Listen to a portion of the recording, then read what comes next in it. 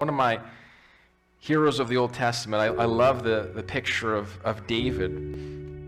We see that as Samuel was called and instructed to go to this house in Bethlehem of Jesse, he brings out his sons. He starts with the oldest, the strongest, good-looking guy, and Samuel's thinking, surely this is the one. And God says, no. Goes through all the sons, and he's like, do you have any others?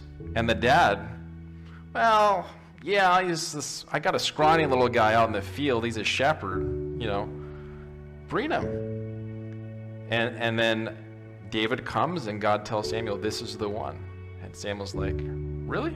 And God says, man looks at the outward, God looks at the heart, right? And so I'm grateful for that, because if we were judged by the external, right, none of us would make it to heaven.